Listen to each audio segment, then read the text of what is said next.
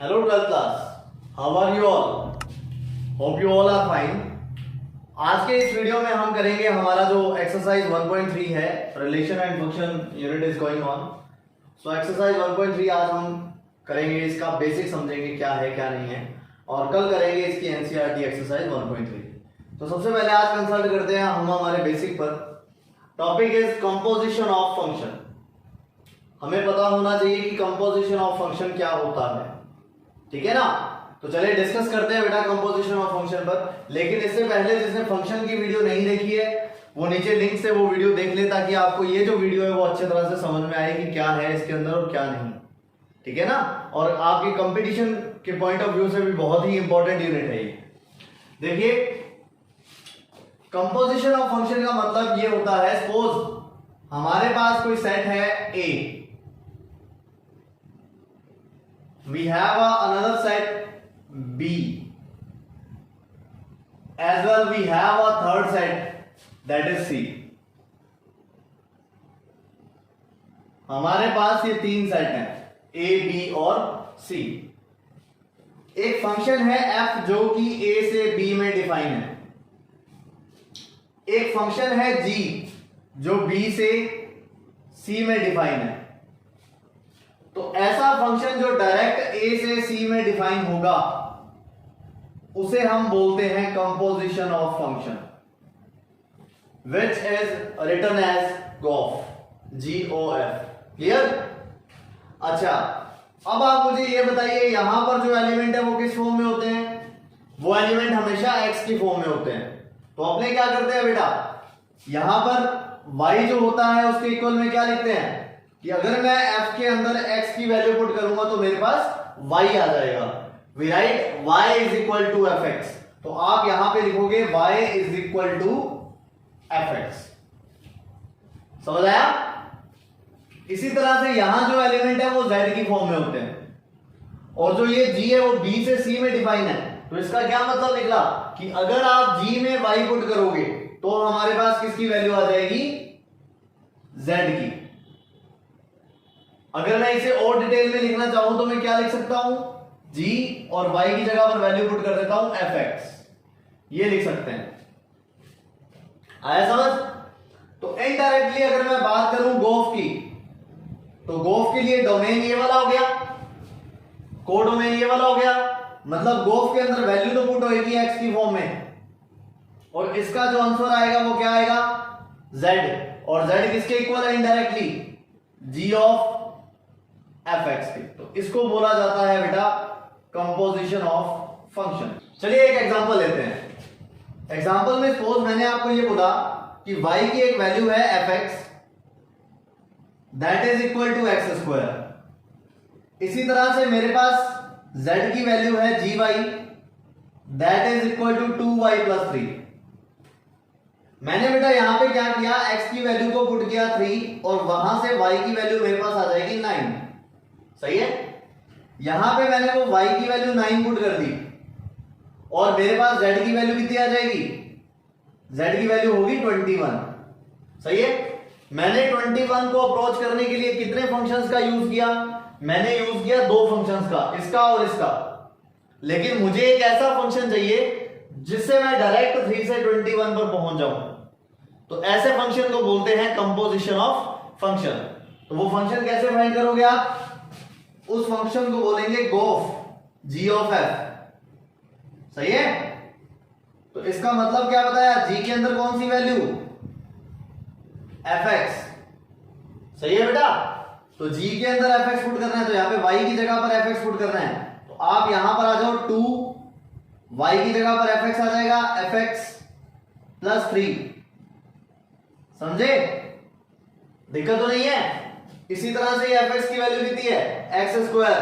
तो मतलब रिजल्ट हमारे पास बना 2x स्क्वायर प्लस 3. कोई डाउट है? अब आप देख लीजिए बेटा, यहां पे अगर मैं डायरेक्ट x की वैल्यू 3 पुट कर दूं तो क्या 21 नहीं बनेगा? करो, x इज इक्वल टू 3, तो 3 स्क्वायर 9, 9 टू 18 प्लस 3 21. तो इस फंक्शन को बोला जाता है composition of function. Let's take some examples. Like we have question number 1. Let f is equal to 1 3 4 2 1 2 5. This is domain, mean to say the value of x. This is the codomain, मतलब value of the y. इसी तरह से g is defined from b to c, मतलब यहां से y की value लेनी है और यहां से z की वैल्यू लेनी है। सही है ना। फिर हमने क्या करना है, हमें f की वैल्यू गिवन है, देखो 1 का रिलेशन 2 से है, 3 का 5 से है, 4 का 1 के साथ है, और इसी तरह से g की वैल्यू भी हमें गिवन है। और फाइंड क्या करना है, we want to find gof. तो देखिए किस तरह से आप इसको फाइंड करेंगे। यहां पर हमारे पास है सेट A विच इज 1 3 4। यहां हमारे पास सेट है B विच इज 1 2 5। यहां हमारे पास सेट है C which is 1 3। According to this function 1 is related with 2, 3 is related with 5, as well 4 is related with 1. This is our function f. इसी तरह से जो g फंक्शन है, 1 is related with 3, 2 is related with 3, और इसी तरह से 5 is related with 1। सही है बेटा। और मुझे क्या कैलकुलेट करना है, I want to calculate gof. चलिए let's see how will you calculate. 1 का रिलेशन किससे है, 2 से, 2 का किससे है, 3 से, तो यहां आ जाएगा बेटा 1 3। सही है।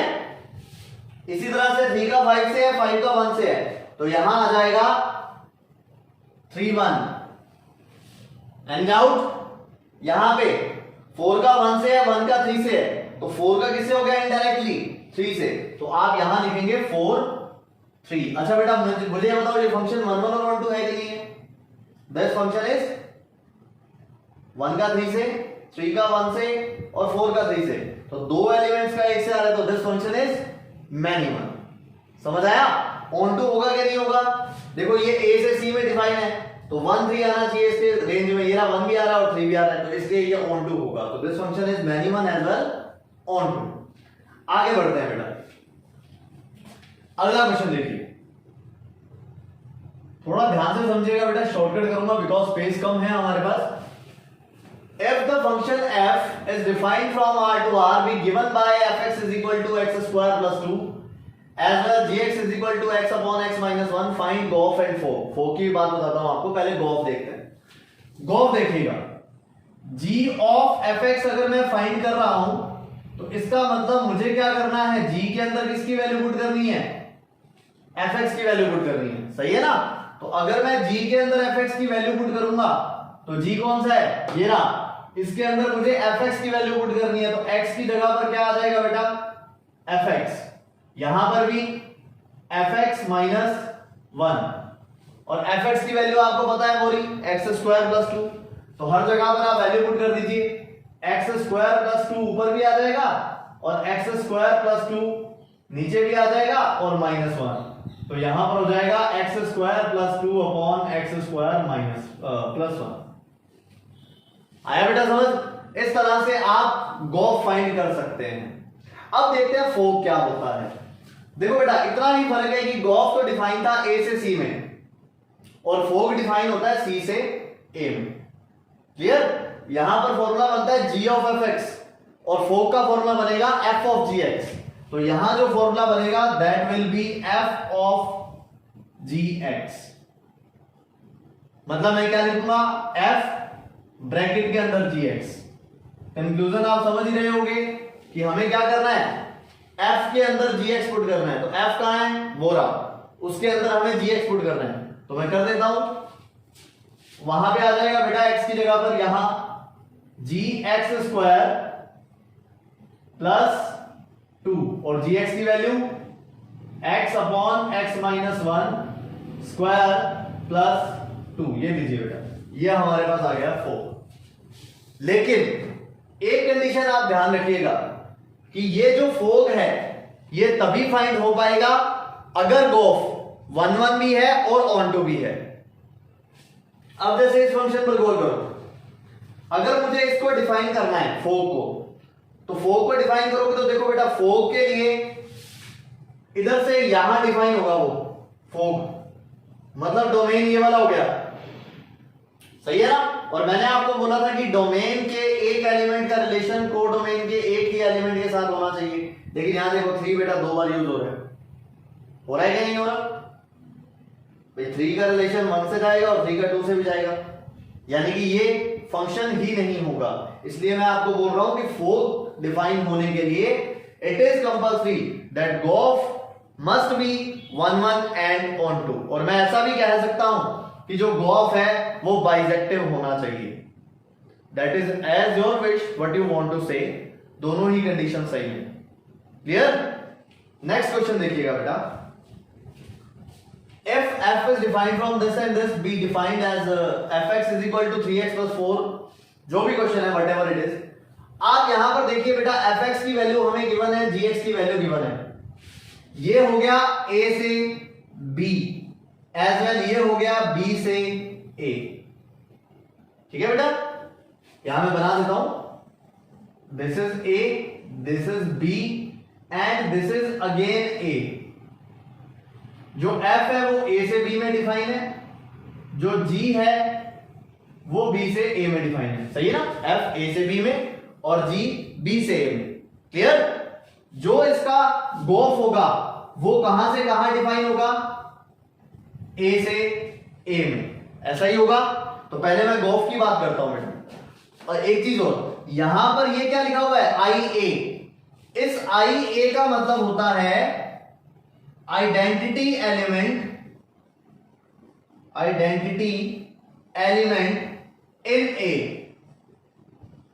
आइडेंटिटी एलिमेंट इन ए, ये मतलब होता है IA का। और आइडेंटिटी एलिमेंट क्या होता है, इसका मतलब ये है बेटा जो आप गोफ के अंदर वैल्यू पुट कर रहे हो x की, आपके पास जो रिजल्ट आएगा वो ही आएगा। अब जैसे सपोज मैंने यहां पे ये वाला क्वेश्चन सॉल्व किया था, मैंने यहां पे x पुट किया था गोफ में, तो यहां पर जो रिजल्ट आएगा वो भी x आएगा। क्लियर। उसको बोलते हैं आइडेंटिटी एलिमेंट या फिर आइडेंटिटी फंक्शन भी बोल देते हैं, कि आपने जो वैल्यू पुट की वो ही वैल्यू रिजल्ट में आ रही थी, ठीक है।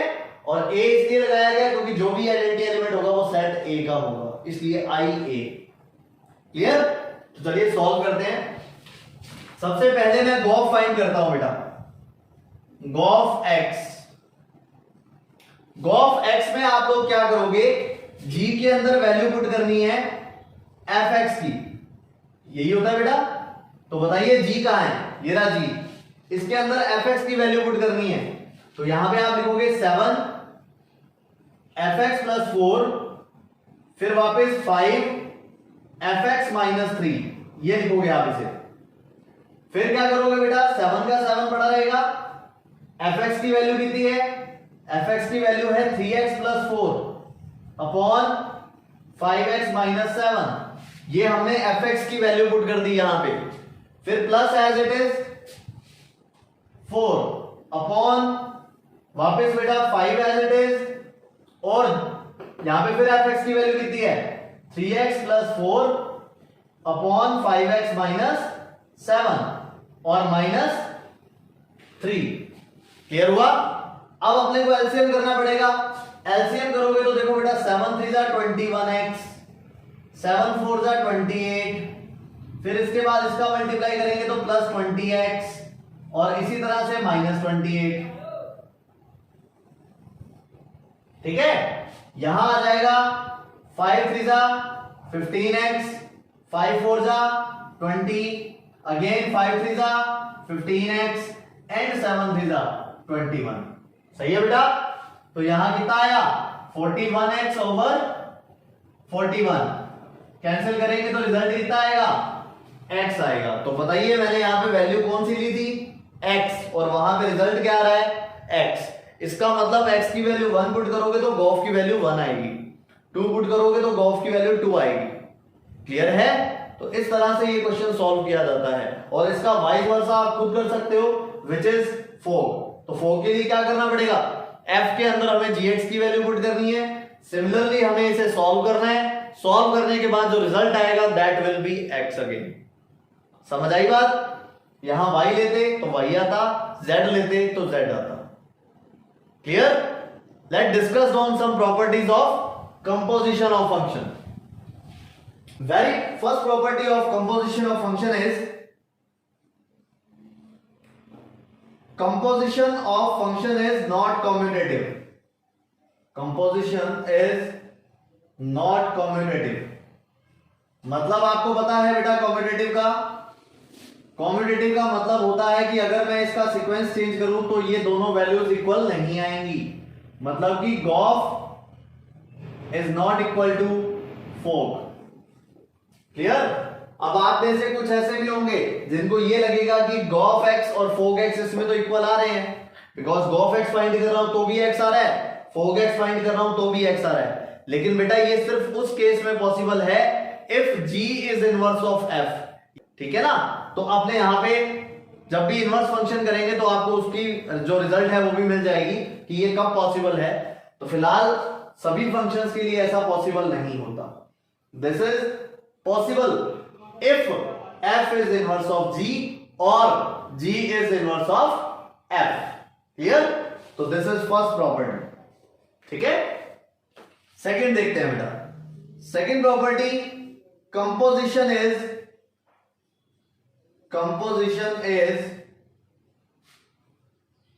associative. Composition is associative. Associative का मतलब क्या हुआ? g of f of h है. सपोज तीन फंक्शन है हमारे पास, तो मैं चाहे ब्रैकेट यहां लगा दूं या फिर मैं पहले गॉफ फाइंड कर लूं और फिर उसका कंपोजिशन h के साथ फाइंड कर लूं, बात एक ही है. क्लियर? चलिए थर्ड प्रॉपर्टी है बेटा if f and g are bisective.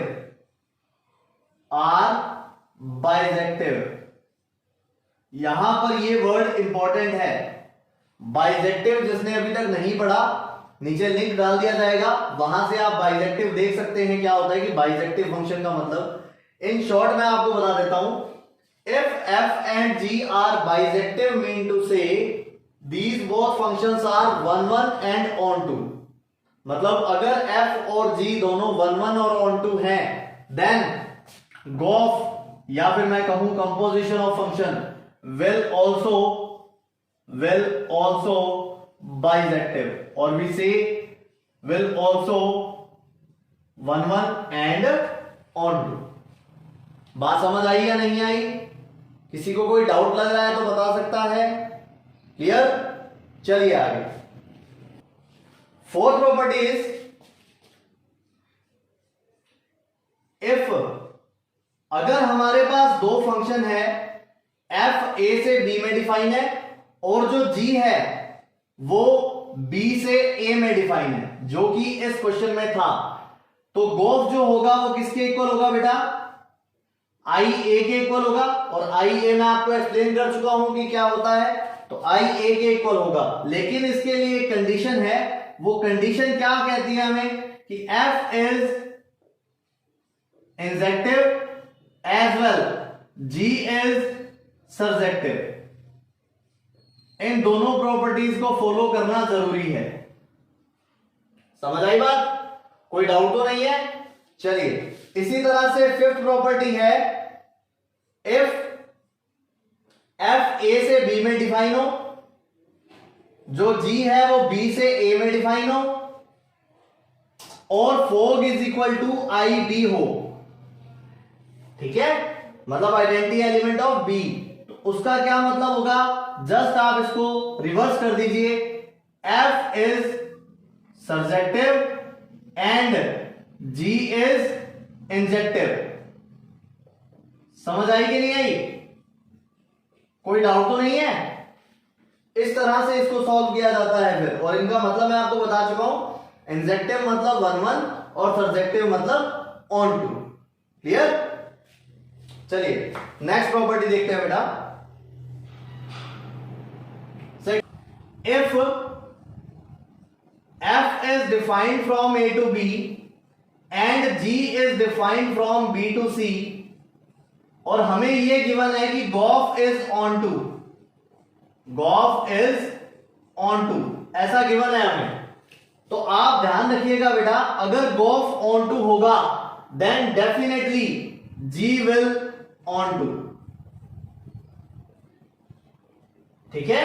और इसी तरह से अगर गोफ 1-1 होगा, गोफ इज 1-1, तो डेफिनेटली जो एफ होगा वो भी क्या होगा, 1-1 होगा। ऑन टू की जगह पर आप सब्जेक्टिव और 1-1 की जगह पर इंजेक्टिव भी लिख सकते हैं। तो ये इस गोफ की प्रॉपर्टीज है, समझ आया बेटा। तो इस तरह से हम इन प्रॉपर्टीज को सॉल्व करते हैं, क्लियर। और कंपटीशन के पॉइंट ऑफ व्यू से ये प्रॉपर्टीज बहुत इंपॉर्टेंट है बेटा। वहां पे डायरेक्ट हमें फंक्शंस गिवन होते हैं, अगर आपको प्रॉपर्टीज लर्न है तो आपका क्वेश्चन सीधा सही हो सकता है कि इस क्वेश्चन का आंसर क्या आएगा, आप सीधा डायरेक्ट उसको कर सकते हैं, क्लियर। तो चलिए हमारा नेक्स्ट टॉपिक करते हैं विच इज इनवर्स फंक्शन। तो ये है बेटा हमारा टॉपिक नेक्स्ट जो है इनवर्स फंक्शन। तो मैं आपको बताता हूं पहले इनवर्स फंक्शन होता क्या है। देखो अगर कोई फंक्शन f है वो a से b में डिफाइन है, ठीक है, तो उसका जो इनवर्स होगा वो b से a में डिफाइन होगा, दैट्स ऑल। तो जो अपने पास उसका इनवर्स है वो b से a में डिफाइन होगा।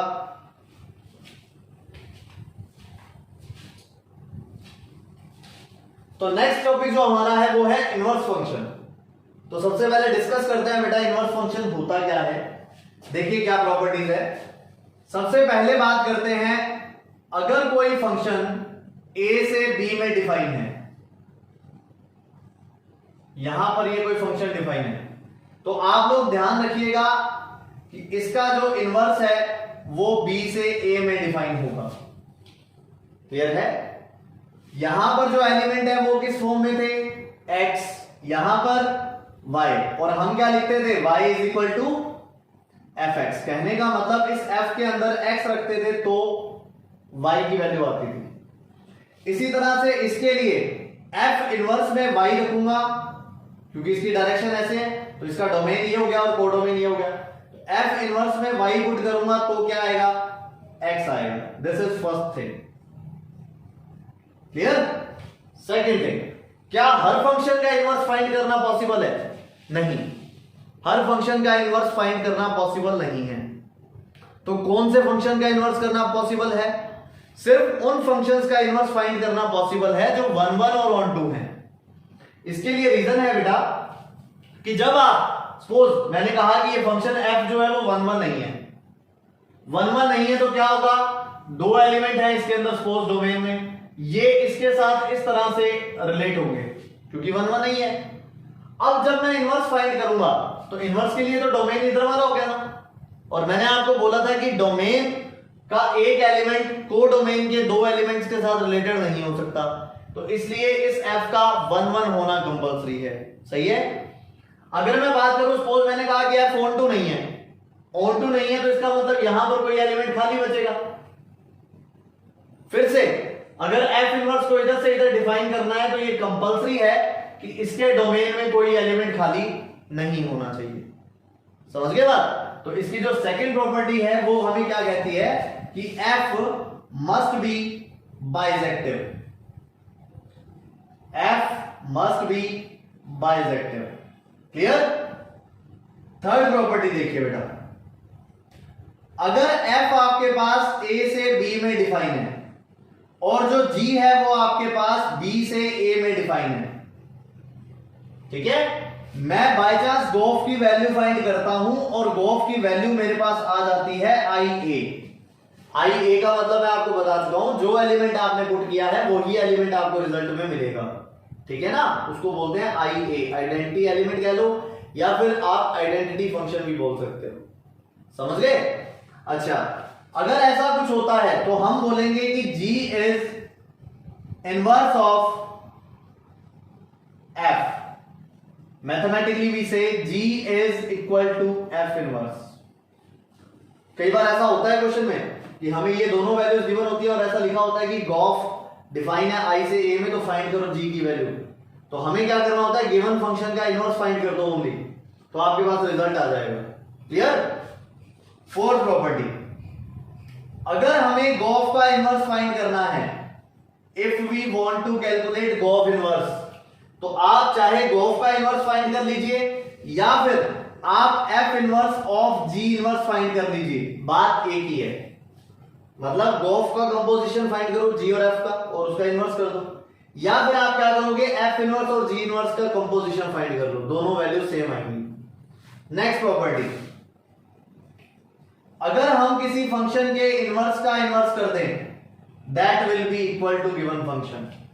अगर हम किसी फंक्शन के इनवर्स का इनवर्स फाइंड करें that will be equal to F. Seventh thing, अगर गोफ डिफाइन है, gof is defined to A to C, है ना, देन फो क्या होगा, वो डिफाइन होगा सी से ए में, लेकिन ये तभी डिफाइन होगा अगर ये फंक्शन 1 1 एंड ऑन 2 होगा, तो उस केस में अपने क्या बोलेंगे कि फोग गोफ का इनवर्स है। क्लियर हो गई बात? तो ये इसकी प्रॉपर्टीज है, this is your inverse function. तो बेटा आज का काम हमारा ये है कि हमें सारी प्रॉपर्टीज लर्न करनी है, उसके बाद हम कल के जो टॉपिक में कंटिन्यू करेंगे हमारी एक्सरसाइज 1.3। ठीक है ना, एक एक बेसिक को बड़ा ही ध्यान से समझिएगा। हालांकि ये आपको बोर्ड में बहुत अच्छे मार्क्स नहीं दिलवाएगी ये यूनिट, लेकिन कंपटीटिव पॉइंट ऑफ व्यू से बहुत ही इंपॉर्टेंट है। ठीक है ना, तो आप इस यूनिट को बड़े ही अच्छे से करें, और आगे आपकी आएगी इनवर्स ट्रिग्नोमेट्री, सारा का सारा रोल किसका होगा, इनवर्स फंक्शन का, because sine x is function और उसका इनवर्स करेंगे तो साइन इनवर्स एक्स आएगा, तो वहां पर भी हम इन्हीं कॉन्सेप्ट्स का यूज करेंगे। क्लियर हो गई बात? तो होप आपको ये वीडियो अच्छी लगी होगी। तो अगर आपको ये वीडियो पसंद आई तो लाइक, सब्सक्राइब एंड शेयर